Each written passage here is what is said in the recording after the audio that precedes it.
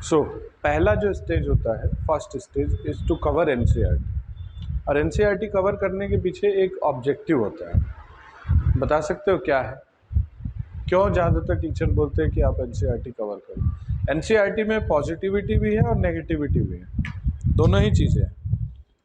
For example NCERT की आप physics की उठा लो, हिस्ट्री की उठा लो, कोई सी भी चीज़ उठा लो, एक पैराग्राफ से तुरंत जंप कर जाता है दूसरे पैराग्राफ, जहाँ पता भी नहीं लगेगा आपको कि मतलब एक्चुअली में हुआ क्या।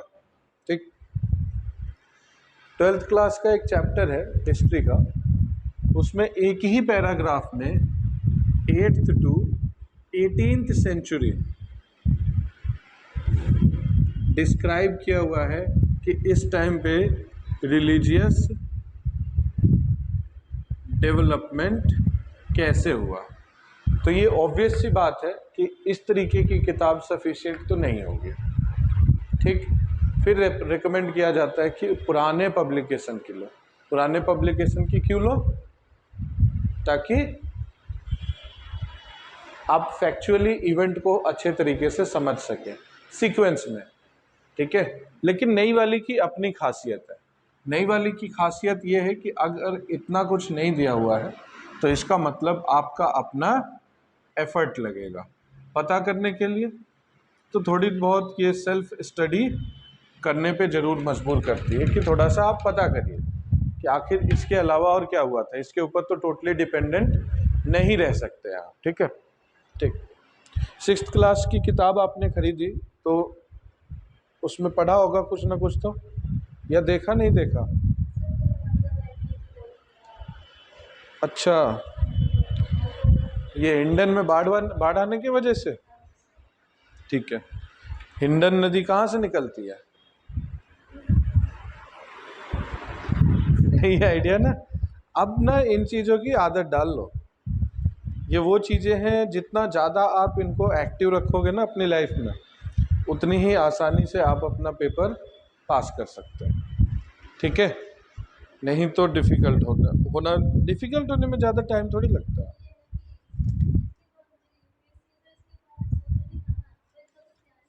कोई नहीं, मैं भी आपको क्वेश्चन नहीं कर रहा, मैं बस ये है कि तरीके बता रहा हूँ।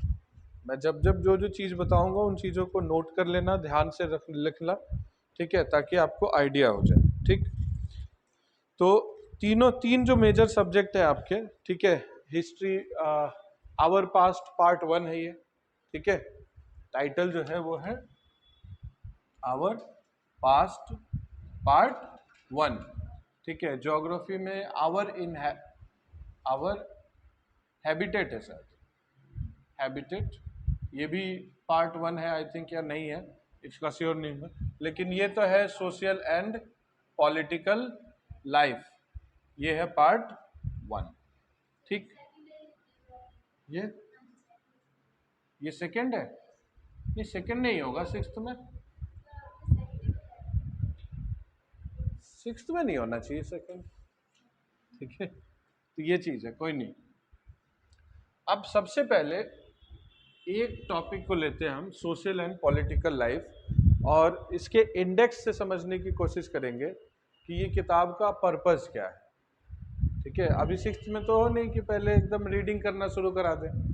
अभी सबसे पहले इन तीनों चीज़ों को समझना है कि ये सब्जेक्ट, ये जो बुक्स है अपने आप में, ये किस तरीके से यूटिलाइज करना है, इनको समझना कैसे है। ठीक है, अब इसमें आता है सबसे पहले अंडरस्टैंडिंग डाइवर्सिटी।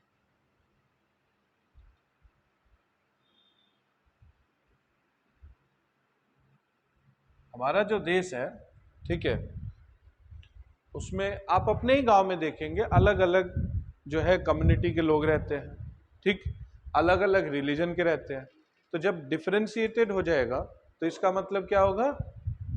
वैरायटी है, जिसको हम पॉजिटिव एस्पेक्ट में डाइवर्सिटी कहते हैं, कि एक नहीं है बल्कि डाइवर्स एस्पेक्ट है हमारे कल्चर के।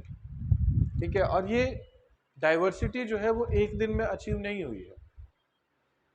From ancient time Indian land has been subject to attack, invasion and arrival of many European or African or Central Asian people. Okay, people came in band, people came in group, people came as a country, as a nation, as an empire, as a colonizer. ठीक है, हर तरीके से जो लोग हैं वो आए और यहाँ पर कुछ ना कुछ किसी न किसी तरीके से रह गए। ठीक है, थैंक यू। तो जब आकर के बस गए तो ऑब्वियस सी बात है, एग्जाम्पल के तौर पे जब पोर्टुगीज आए थे पहली बार, ठीक है, तो इंडियन वेस्टर्न कोस्ट पे जितने भी पोर्टुगीज आए थे उन सब ने ऑलमोस्ट यहाँ पे शादियाँ करी थी, और वो एक ट्रस्ट बिल्ड करने के ऑब्जेक्टिव से करी थी ताकि उनको कोई आउटसाइडर के नज़र से ना देखे। And this act resulted in assimilation of two cultures. आज आप कभी गोवा जाओ, ठीक है, या उस बेल्ट पे जाओ, गोवा वाले बेल्ट पे, तो आपको समझ आएगा कि क्रिश्चियनिटी या पोर्टुगीज कल्चर जो है वो कितना फैला हुआ है आज के डेट में भी, जबकि उनको गए कई साल हो गए। ठीक है, स्टिल जो है, और उसके बाद उनके रहने के बाद ब्रिटिशर्स इतने साल तक रहे हमारे देश में, उसके बावजूद भी वो चीज़ें आज एग्जिस्ट करती हैं। तो इसी से डाइवर्सिटी का जो है वो मतलब डाइवर्सिटी जो है वो बनती है। तो सबसे पहले आपको मालूम होना चाहिए कि डाइवर्सिटी क्या है। ठीक, उसके बाद दूसरा टॉपिक है वो है आपका डिस्क्रिमिनेशन, डाइवर्सिटी एंड डिस्क्रिमिनेशन। ठीक है, वर्ड्स पे मैं ज़्यादा ध्यान देता हूँ। ठीक है, अब जहाँ पे डाइवर्सिटी होगी, जहाँ पे अलग अलग किस्म के लोग होंगे, वहाँ पे किसी न किसी तरीके से डिस्क्रिमिनेशन होगा ही होगा। ठीक है, आप खुद के साथ डिस्क्रिमिनेशन करते हैं। आप जब उदास होते हैं तो आप कुछ नहीं खाते, और आप जब खुश होते हैं तो जरूरत से ज़्यादा खा लेते हैं। तो कहने को तो ये भी डिस्क्रिमिनेशन ही है, आप अपने प्रति भी कहीं ना कहीं अलग अलग सिचुएशन में अलग अलग चीज़ें करते हैं। खैर, पॉलिटिकल साइंस में डिस्क्रिमिनेशन इस मामले में नहीं होता है। आप खुश हो या फिर दुखी हो, दोनों ही कंडीशन में आप कितना खाते हैं वो डिस्क्रिमिनेशन में आता है। ठीक है, आप भी एक ह्यूमन बीइंग है और एक सामने वाला भी ह्यूमन बीइंग है, आपको कुछ अधिकार मिले हैं आपको और दूसरे को कुछ नहीं मिला है, तो ये चीज डिस्क्रिमिनेशन के अंडर में आ जाती है। ठीक है, तो डिस्क्रिमिनेशन का मतलब ये है कि कंडीशन एक ही हो बट प्रिविलेज अलग अलग। ठीक, जैसे आप दोनों ने ही सजा करी, ठीक है, और आपको तो बोला कि आप 4 बार उठक बैठक कर लो, सिटअप्स कर लो, हो गया काम खत्म आपका, और दूसरे को फांसी पे लटका दिया। तो ये क्या है? ये it is a kind of discrimination. तो ये चीज देश में हमारे रही है, हुई है, वैरायटी इतनी रही है, विद इन कम्युनिटी डिफरेंसेस रहे हैं, तो कहीं ना कहीं बाय नेचुरल वो आ ही जाता है। जब सेंस ऑफ डिफरेंस आएगा तो सेंस ऑफ डिस्क्रिमिनेशन आने में ज़्यादा टाइम नहीं लगेगा। ठीक है, तो ये चीज़ है। तो पहले इन दोनों को समझेंगे। पॉलिटी एकदम से डायरेक्ट गवर्नमेंट पे नहीं जाएंगे हम, ठीक है, तो इस चीज़ का आपको ध्यान रखना है। ठीक है, फिर तीसरा जो टॉपिक है वो है गवर्नमेंट। अब कितने तरीके के गवर्नमेंट होते हैं अलग अलग, उसके बारे में बताया जाएगा आपको।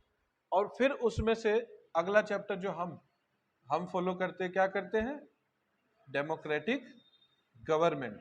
फिर इसके फीचर्स क्या है, क्योंकि हम इसको फॉलो करते हैं ना, तो इसके फीचर तो मालूम ही होने चाहिए, है कि नहीं है? तो ये चीज है। उसके बाद देश में हमारे गांव के कल्चर में गांव के बड़े बुजुर्ग का मिलना, जिसको बोलते हैं पंचायत। ठीक है, तो पंचायत का या फिर एक तरीके से बहुत पुराना कल्चर है हमारा। दुनिया की सबसे पहले रिपब्लिक असेंबली जो है वो हमारे ही कंट्री से शुरू हुई थी। जब दुनिया में ज़्यादा क्या कुछ भी नहीं था, तब हम अपने यहाँ पे शहर का निर्माण कर रहे थे, सिटीज़ बना रहे थे। We were building cities, we were practising rich political culture. when others were busy in gathering their food। ठीक है, तो ऐसे में ये चीज समझना जरूरी है कि जिस गवर्नमेंट को हम फॉलो करते हैं उसके पॉलिटी कर लिया जाएगा, कोई दिक्कत नहीं। ठीक है, चलो, सबसे ज्यादा बड़ा जो है चैप्टर है ना वो इसका है, हिस्ट्री का है। ठीक है, हिस्ट्री को अगर हम देखें, ठीक है, तो पहले तो ये बेसिक्स पूछेगा। ठीक है, टाइटल है what, where, how and why. ठीक है, क्या है? What, where, how and why. अब ये टाइटल देता है, टाइटल से अपने आप, टाइटल भी सोचने की बात है कि क्यों ऐसा कह रहा है।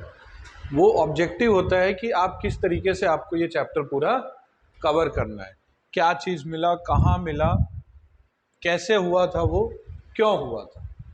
ठीक है, कैसे और क्यों ये तो एक सब मान लीजिए। और ये अब जैसे मैं बताऊं इस छोटे से, क्या था इंडस वैली सिविलाइजेशन। ठीक है, इसका एक है मोहनजोदारो। ठीक है, ये कहाँ पर है और ये कैसे निकला था, इसी के ऊपर क्वेश्चंस जो है वो आते हैं आपके पे। ठीक है, अब हो सकता है कि ये चीज़ दे दे, ये चीज़ दे दे, यही पूछ ले। फॉर एग्जाम्पल पूछ ले व्हाट, ग्रेट बाथ कहाँ है? मोहनजोदारो। ठीक है, और कैसे, किस लिए बनाया गया था? रिचुअलिस्टिक पर्पस के लिए।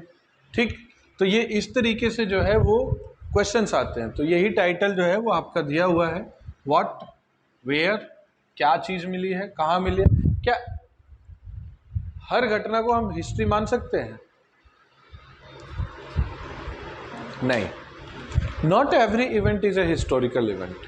ठीक है, वो इवेंट जो कॉमन पीपल को एक लॉन्ग टाइम के लिए इम्पैक्ट करे, कोई ऐसी पॉलिसी, कोई ऐसा एक्शन, कोई ऐसा इवेंट जो बहुत लंबे समय के लिए हाँ इम्पैक्ट करता है, तो उसको हम हिस्टोरिकल इवेंट में रखते हैं।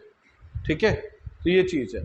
तो पहले तो ये है कि पहला ये बेसिक्स है कि हिस्ट्री का ये बेसिक्स आपको क्लियर होना चाहिए। ठीक है, अब इसको जब हम कवर करेंगे तो इनिशियली स्टार्ट करेंगे, लाइक सी का क्या मतलब होता है, बीपी का क्या मतलब होता है, टाइमलाइन कैसे होती है। ठीक है, जैसे 400 कोई कैसे आदमी 400 BCE में जन्म ले सकता है एंड 350 में मर जाएगा, जबकि आज के डेट में आप ये समझ लीजिए कि 1950 में कोई पैदा हुआ और 2000 में मरा, यानी इंक्रीजिंग ऑर्डर में उसका लाइफ चल रहा है। तो डिक्रीजिंग ऑर्डर में कैसे चल सकता है, बता सकते हैं? कि कोई आदमी 400 BCE में पैदा हुआ और वो 350 BCE में डेथ हो गई उसकी। ये कैसे है? ये ऐसे है क्योंकि हिस्ट्री के टाइम के हिसाब से ये 0 है और ये -1 -2, इस तरीके से -350 आएगा, इस तरीके से -400 आएगा। लाइफ हमेशा फॉरवर्ड चलती है। टाइमलाइन तो 2 पार्ट में होंगे, लाइफ 2 पार्ट में नहीं है, लाइफ एक ही पार्ट में। तो कोई भी चीज़ जो जितनी पुरानी होगी उस समय वो स्टार्ट होगा, लाइक बर्थ, और उस समय डेथ होगी। ठीक इसी तरीके से 1950 होगा। ठीक है, जैसे 1 2 करके आएगा तो यहाँ पे उसका बर्थ होगा और 2000 में उसकी डेथ होगी। ठीक, तो ये चीज़ है, इसको हम बोलते हैं टाइमलाइन। ठीक है, हमेशा फॉरवर्ड में ही देखना होता है। ठीक, टाइमलाइन का अपना यूटिलाइजेशन है। ठीक है, जैसे हम आवर हैबिटेट पढ़ेंगे तो ग्लोब पढ़ेंगे। ठीक है, अच्छा 6th क्लास में लिखा आपको एक मैप का चैप्टर होगा। ठीक है, MAP, मैप मतलब क्या होता है, कैसे बनाते हैं, स्केल कैसा होता है, प्लान कैसे करते हैं, उस पर किस तरीके के सिंबल्स यूज किए जाते हैं, कितने तरीके के होते हैं। जैसे आपको कितने तरीके का मैप पता है? आप कितने तरीके का मैप जानते हैं? हाँ, आप कितने तरीके का मैप जानते हैं बताइए? पॉलिटिकल, कॉमनली तो आपने देखा ही होगा, पॉलिटिकल मैप है, लिखा रहता है।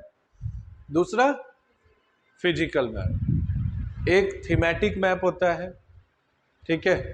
देखिए हर पर्पज के लिए अलग अलग मैप होता है।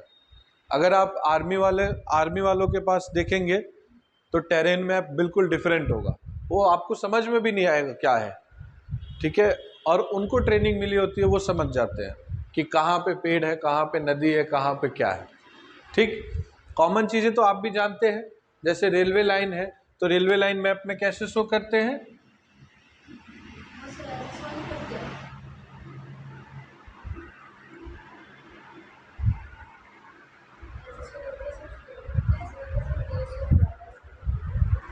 ऐसे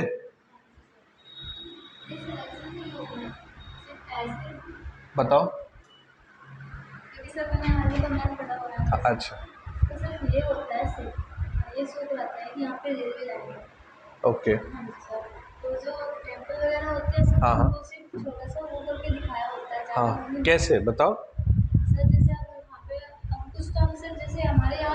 हाँ हाँ ठीक है। हाँ हाँ हाँ करेक्ट, हाँ ठीक, ओके। अच्छा ठीक है, आर्मी के मैप में ऐसा होता है, ठीक है, ओके मैं समझ गया, ठीक है। बट ये जो आप बता रहे हो ना क्रॉस, जो हैशटैग जैसा होता है, अगर आप बड़े से लाइन पे अगर आपको दिखाना हो कि क्या है, तो वो लाइन ऐसे बनाई जाती है, ठीक है। मैं बता रहा हूँ, इसीलिए तो बोला मैप कई तरीके के होते हैं, ठीक है।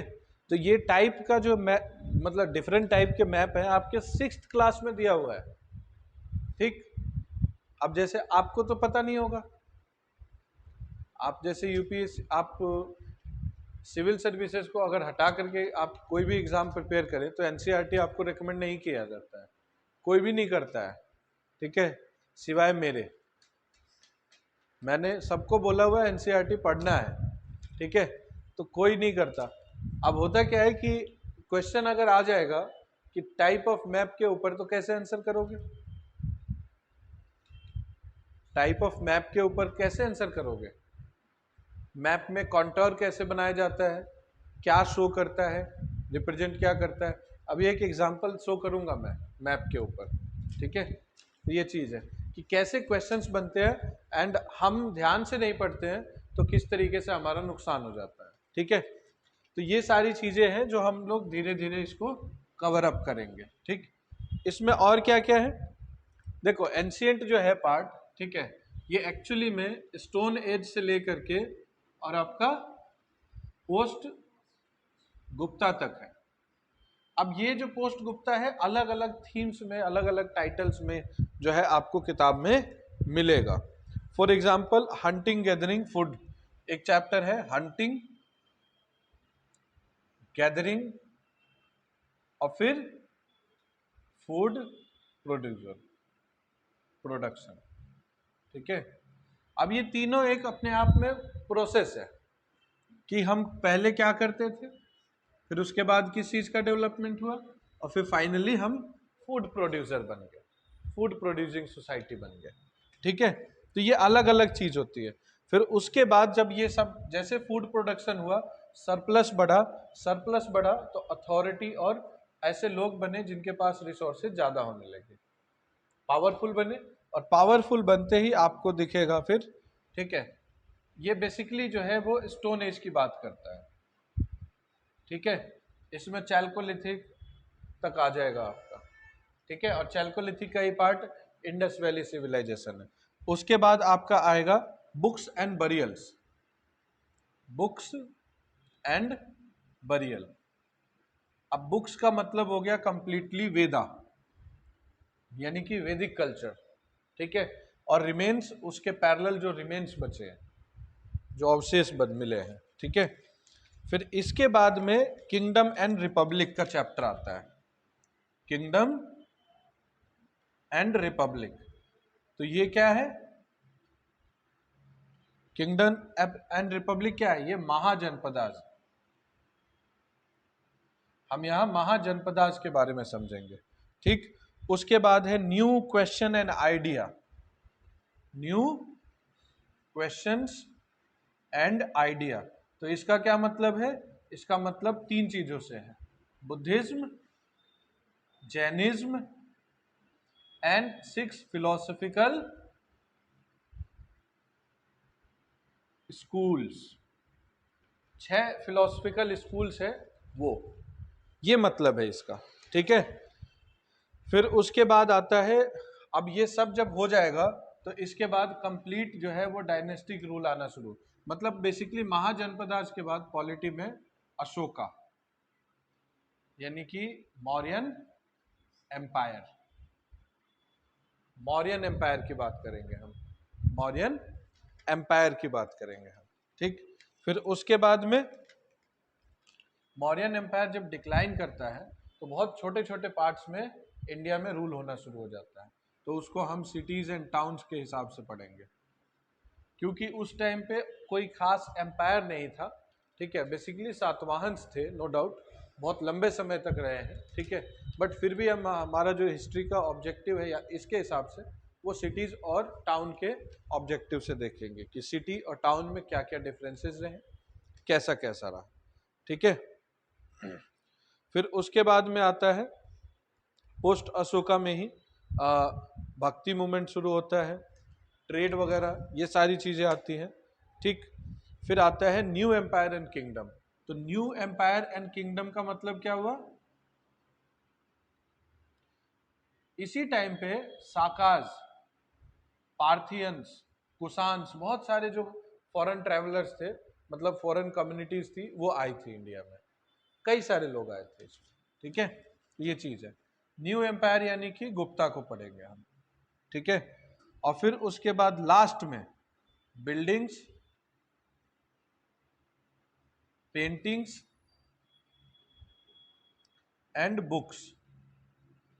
बिल्डिंग, पेंटिंग्स एंड बुक्स, क्योंकि गुप्ता पीरियड को गोल्डन एज बोला जाता है।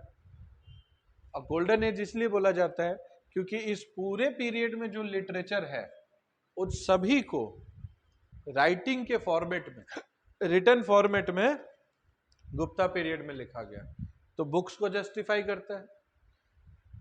रिच अमाउंट ऑफ पेंटिंग्स जो है वो श्रीलंका से लेकर के इंडिया तक बनाए गए हैं। किस में बनाए गए हैं? बिल्डिंग्स में। बिल्डिंग्स यानी टेम्पल आर्किटेक्चर, बहुत सारे टेम्पल बने और उन्हीं टेम्पल में ये सारी चीजें बनाई गई। ठीक, अजंता एलोरा की टेम्पल्स हो गई। ठीक है, फ्रेस्को, एक तरीके की फ्रेस्को पेंटिंग इसमें बनाई गई। ठीक है, तो ये सारी चीजें हम इसमें पढ़ेंगे। तो कुल मिलाकर के एक कंप्लीट एंशिएंट इंडिया का बेसिक आइडिया जो है वो हमें यहाँ से मिल जाएगा, क्योंकि एनसीईआरटी के बाद हम स्टैंडर्ड जो है ना टॉपिक्स की सारी स्टैंडर्ड क्लासेस को जो है वो कंडक्ट करेंगे। अभी तो हम किताब के अकॉर्डिंग पढ़ रहे हैं। ठीक, इसके बाद जब हिस्ट्री होगी तो वो फिर हिस्ट्री के अकॉर्डिंग होगी। उसमें आप, क्योंकि अब आप एनसीईआरटी पढ़ चुके होंगे तो इतना कुछ मुझे मेंशन करने की जरूरत नहीं पड़ेगी कि एनसीईआरटी में ये है या ये नहीं है। ठीक, तो आपको एक आइडिया होगा तो वो और ज्यादा स्पीड से चलेगा। ठीक है, हाँ।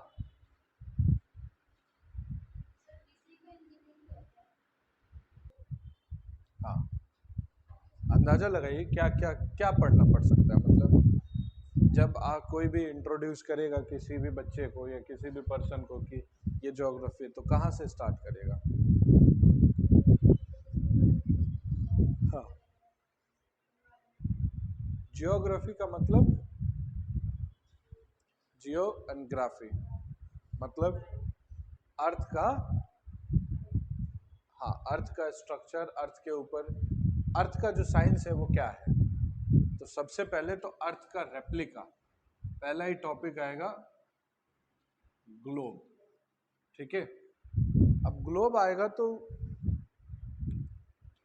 आ, इसके पहले हम अर्थ है एक चैप्टर। ठीक है, उसके बाद है ग्लोब। ठीक, तो अर्थ पे क्या है और उसका रेप्लिका क्या कहता है, बेसिकली इन दोनों चीजों से बेसिक चीजें मालूम होंगी, जैसे कि सॉरी, लैटिट्यूड्स क्या होते हैं। ठीक है, एल्टीट्यूड क्या होता है, लॉन्गिट्यूड क्या होता है, कौन सा टाइम के लिए यूज हो सकता है, कौन सा प्लेस के लिए यूज होगा, ठीक है। मेजर लाइंस क्या करती हैं अर्थ पे, किस तरीके से अलग अलग 24 जो है वो टाइम जोन्स होते हैं, क्यों इंडिया जो है वो 5 hours 30 minutes यानी कि 5.5 hours अहेड है। इंडिया के ईस्ट और वेस्ट में 2 hours का डिफरेंस कैसे हो जाता है, सन तो एक ही है। तो बेसिक जो है वो सारी चीजें इसमें पढ़ेंगे, ठीक। उसके बाद में अब अर्थ का रोटेशन होगा तो ये कॉन्सेप्ट क्लियर होगा, ठीक है। तो अर्थ का मूवमेंट पढ़ेंगे, बेसिकली मोशन आता है, मोशन ऑफ अर्थ। अब मोशन ऑफ अर्थ में दोनों चीजें आती है, रेवोल्यूशन एंड रोटेशन। कोई बता सकता है दोनों में मेजर डिफरेंस क्या है?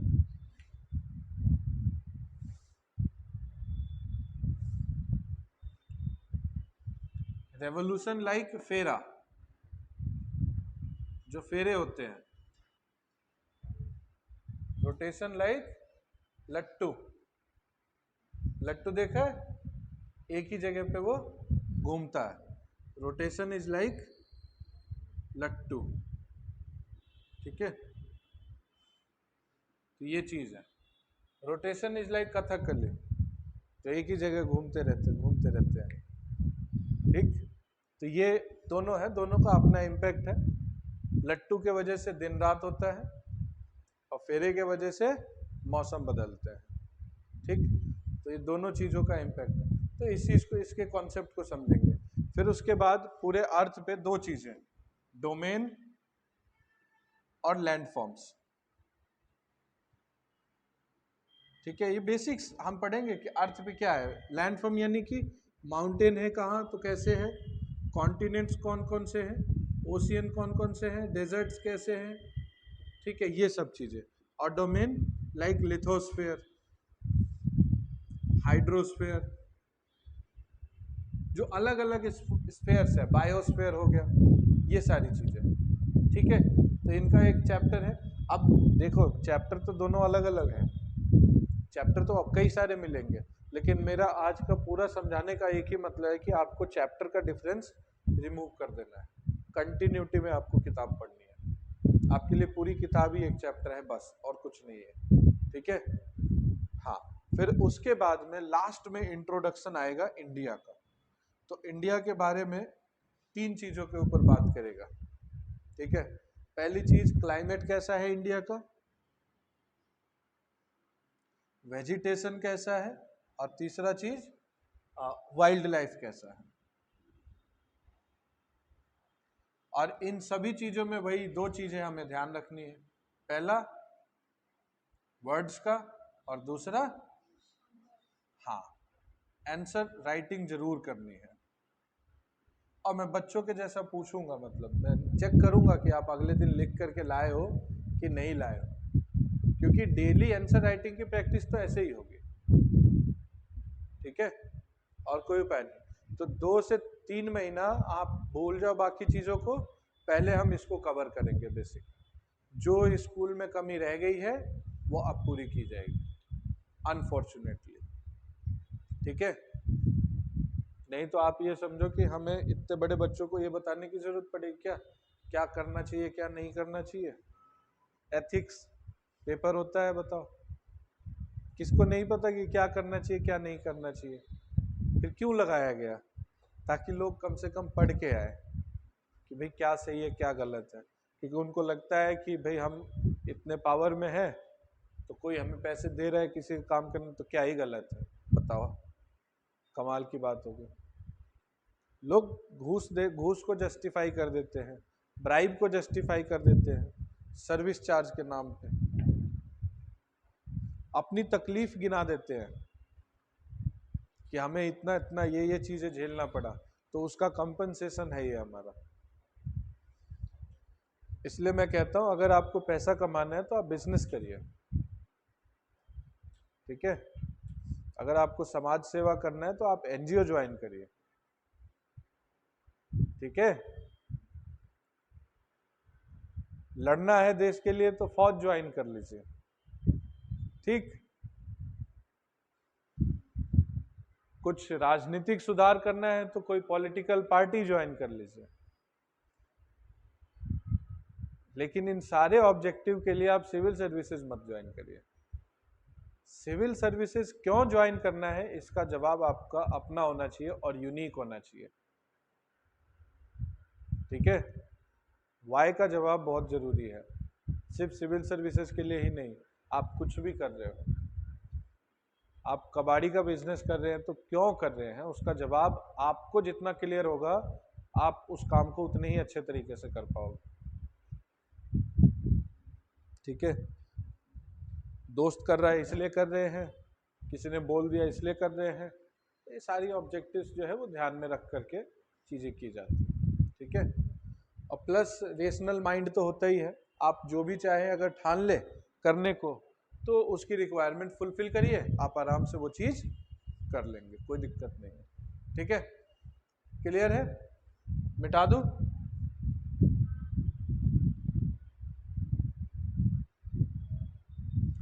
अब एक एग्जांपल लेते हैं कि हम जब पढ़ाई करेंगे या जब भी आप पढ़ने बैठेंगे और किताब में मैप आ जाए तो उसको क्यों ध्यान से पढ़ना है और कैसे ऐसे क्वेश्चंस बन जाते हैं जो आपको समझ से ऊपर हो जाते हैं। सिंपल सा मैप है एक, ठीक है। ये मैप है एनसीईआरटी का 6th स्टैंडर्ड की जो बुक है, इसमें हिस्ट्री का मैप है, चैप्टर 10 का, ठीक है।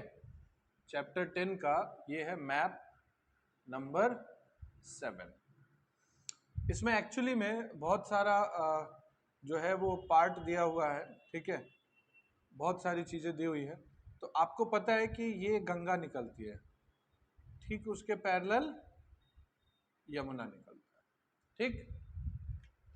जहां ये मिलते हैं ये क्या है,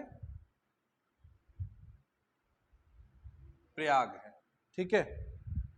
बट उसके ऊपर भी 2-3 चीजें हैं, ठीक है।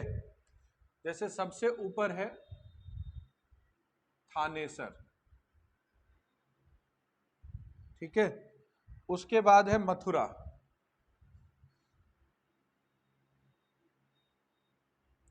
फिर यहां पर है आपका कन्नौज, ठीक। मैप में और भी लंबा है, बस अपने पर्पज के लिए, जैसे आप यहां आओगे आगे तो ये पटना दिखाएगा, ठीक है। तो ये मैप अलग अलग दिया हुआ है। अब क्वेश्चन का फॉर्मेशन देखिए क्या होगा, ठीक है। विच ऑफ द फॉलोइंग, अगर इजी बनाना होगा तो सिटी लिखेगा और डिफिकल्ट बनाना होगा तो सिटीज कर देगा, ध्यान रखिएगा। तो क्वेश्चन को हमेशा ध्यान से पढ़ना है, ठीक है। Which of the following city, और दोनों बना दिए तो और difficult, then you have to guess cities, ठीक है। इज और आर कर देगा क्योंकि इसके अकॉर्डिंग इसको सेंटेंस भी ठीक करना है, ठीक है। Not situated, not situated on the bank of river Yamuna. ये क्वेश्चन मैंने खुद प्रिपेयर किया है, ये कोई प्रीवियस ईयर का नहीं है। एक मैप है, एक मैप से किस तरीके से क्वेश्चन फॉर्म हो सकता है, ठीक है, इस चीज को हमें समझना है, ठीक है। अब पहला तरीका, पहला टाइप,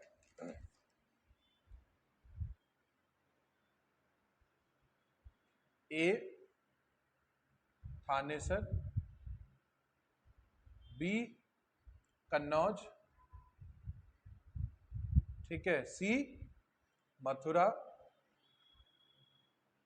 एंड डी क्या है, प्रयाग, ठीक है। डी क्या हो जाएगा। अब इस चीज को ध्यान से देखिए, क्वेश्चन तो लिख दिया मैंने, ठीक है। ये मैप है मैप नंबर 7 10th चैप्टर का 6th क्लास की हिस्ट्री का। ठीक है, अब इस छोटे से मैप से ये क्वेश्चन फॉर्म किया गया है कि which of the following city या cities is or are not situated on the bank of river Yamuna, यानी कि बाकी के दो तीन जो है वो यमुना पे है और एक जो है वो यमुना पे नहीं है। ठीक है, अब देखो पहला तो सीधा सीधा टाइप आ जाएगा, ये तो पहले आते थे, ये एसएससी या सीडीएस कॉमन क्वेश्चंस हैं। ठीक है, ये आ जाएगा। ठीक, इसमें आंसर क्या होगा? ठीक, कन्नौज, क्योंकि कन्नौज जो है वो किसके ऊपर है? गंगा के ऊपर है। कन्नौज किस कौन से रिवर पे है? गंगा पे। ठीक है, गन्ना याद। ठीक है, जो दूसरा टाइप है, दूसरा और तीसरे टाइप का ऑप्शन सेम होगा, first, second, third and fourth, लेकिन ये जो कोड दिए होंगे ना ये डिफरेंट होंगे। ये कोड 2023 में फॉलो किया गया जिसने एलिमिनेशन हटा दिया। अब इसमें आपको पता होगा, ठीक है, कि भाई प्रयाग या फिर मान लेते हैं कि मथुरा नहीं है, आपको पता है मथुरा नहीं है, तो ये तो आंसर आप नहीं निकालोगे ना। ठीक, अब अगर मान लो आपको पता है थानेसर भी नहीं है तो आप करोगे ये भी नहीं है। मैं अभी आंसर नहीं बता रहा, मान लेने की बात कर रहा हूं। ठीक है, तो हो गया ना कि दो में से कोई एक और कर सकते हो। इस ऑप्शन में any one, any two, any three, all. अब या तो पता होना चाहिए, अब एनी वन कौन सा है कौन सा नहीं हमें क्या पता, या फिर आप तुक्का लगा लो। तुक्का लगाने में वही चीज है, या तो होगा या फिर नहीं होगा, बट श्योरिटी नहीं है। तो एलिमिनेशन मेथड जो है वो हट जाता है यहाँ पे। यही पैटर्न 2023 में इस बार क्वेश्चंस में थे बहुत सारे। तो ऑप्शन को एक तरीके से रिपीट किया लेकिन कंफ्यूज कर दिया 1 2 3 4 करके। कोई भी एक हो सकता है, कोई दो हो सकते हैं, कोई तीन हो सकता है, आपको आइडेंटिफाई करना है। अगर आपको पता है एक है तो ये आंसर सही होगा और आप कर भी पाओगे। वो तो तभी करोगे ना जब आपको सिर्फ पता है कि कन्नौज नहीं है, बाकी तीन यमुना पे है कि नहीं है। अब दूसरी चीज, इसको कंफ्यूजन हो सकता है प्रयाग को, ये तो गंगा जमुना जहां मिलती है वहां दोनों पे है, तो ये दोनों ही तरीके से अप्लाई हो सकता है कि नहीं है। तो ये चीज है। ठीक, इसमें क्या आंसर होना चाहिए? ये ओनली 2, ये आंसर होगा कन्नौज, क्योंकि वो गंगा पे है। ठीक है, तो ये चीज है। अब मान लेते हैं कि आपको ये पता है कि फर्स्ट जो है वो डेफिनेटली नहीं है, थानेसर जो है, ये सॉरी, थानेसर जो है वो है, आपको पता है कि थानेसर है, तो थानेसर है तो ये तो ऑप्शन नहीं हो सकता क्योंकि यहां भी है और इसमें भी दिया हुआ है। तो अब बच गया ओनली 2 या फिर नन। ओनली 2 में लगा दो, मोर परसेंटेज ऑफ मोर प्रोबेबिलिटी कि आपका वो आंसर सही हो जाएगा। तो कहने का मतलब ये है कि मैप को आपको ध्यान से पढ़ना है। अगर आप मैप ठीक से नहीं पढ़ेंगे तो कल को कैसे क्वेश्चंस फॉर्म होते हैं आप समझ भी नहीं पाएंगे। समझ रहे हैं? अब ये एक सिंपल